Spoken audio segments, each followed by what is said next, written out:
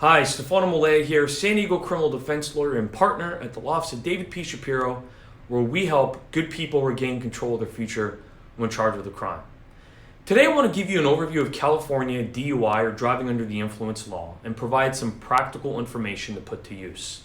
For purposes of this discussion, I will be focusing on those drivers that are 21 years or older. First, let's chat about what the law says. Vehicle Code Section 23152 subsection A says that you can't drive a car if you're impaired, which means that you can't operate the vehicle safely as a result of you drinking. Subsection B says that you can't drive while having a BAC, or blood alcohol concentration of 0.08 or more. So what does that tell you? You can still get arrested for a DUI and prosecuted even if you're under a 0.08 if you're impaired. So you get pulled over by the police after you've had a few drinks. The cop will likely smell the alcohol and ask you if you've been drinking, where you're coming from, all sorts of questions. Practical piece of information number one, you are not required by law to respond to the officer. Then you may get asked and ordered to step out of the vehicle. The cop may ask you to perform field sobriety tests, FSTs.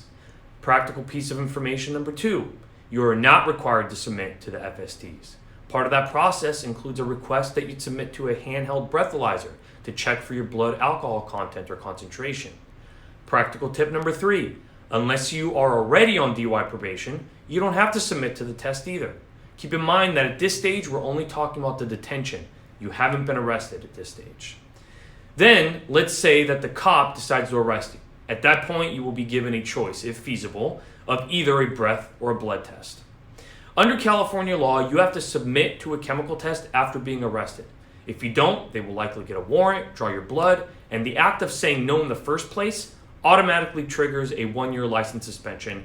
Yes, even if you absolutely end up having nothing in your system, the refusal alone will trigger the suspension. Okay, that's the overview. Hope that's helpful. Have questions? Give me a call. Stefano Molea, San Diego criminal defense lawyer, 619-295-3555.